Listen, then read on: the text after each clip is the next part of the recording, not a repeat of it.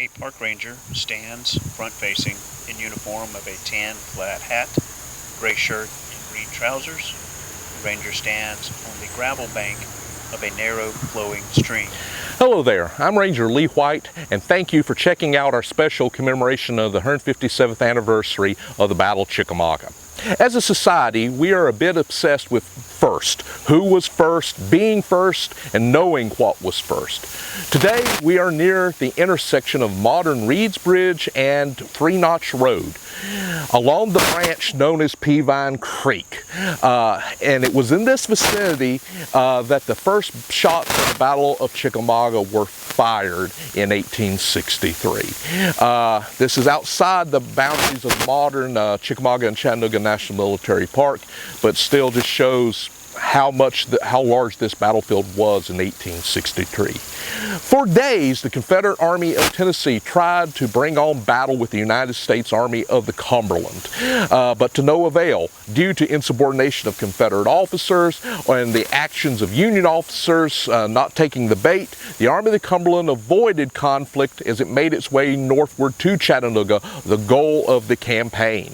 However, that all changed on the morning of September 18, 1863.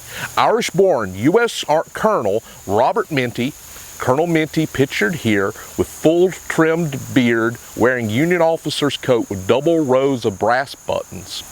And his brigade of cavalry had its easternmost picket post located in this vicinity, manned by men of the 7th Pennsylvania Cavalry Regiment.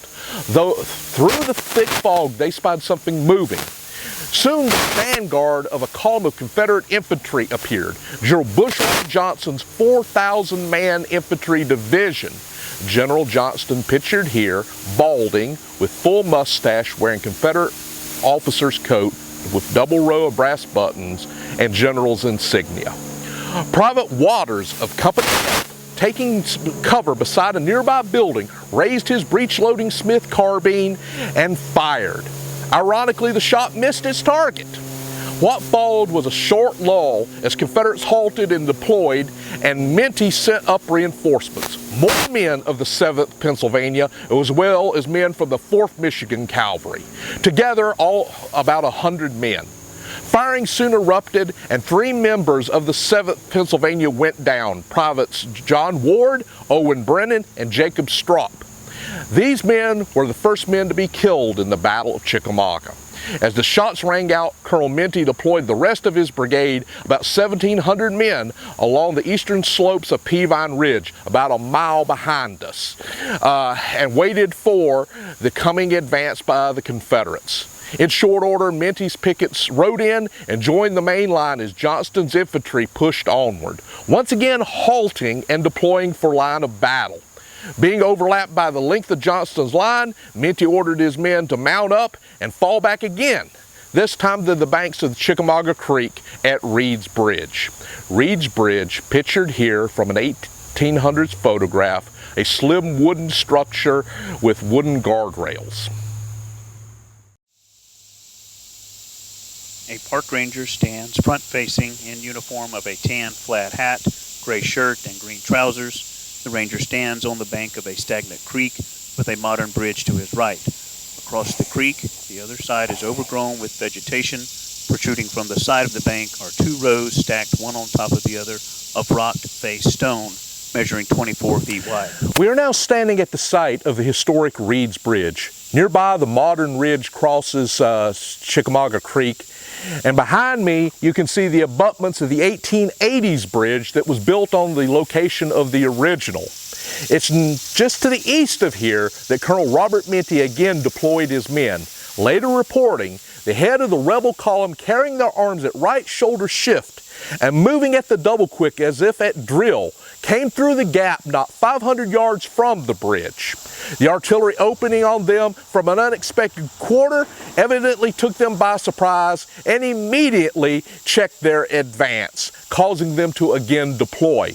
Minty's men once again fell back, this time crossing the bridge and deploying on the western side of the Chickamauga.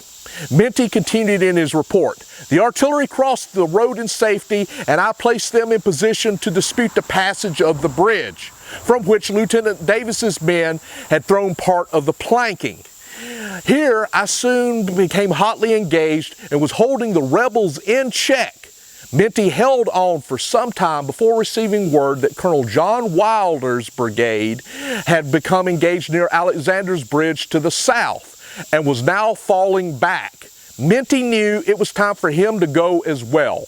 He had, with around 1,000 men, stood up against over 4,000 from 7 a.m. to 5 p.m.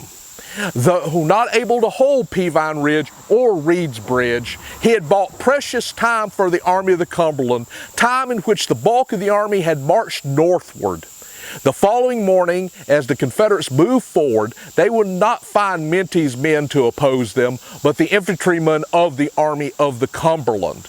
And the battle would rage in earnest until the evening of September 20th. By that point, over 2 million rounds of ammunition had been expended and over 10,000 men killed or mortally wounded. But it all started with that first shot and those first 3 men falling out at Peavine Creek.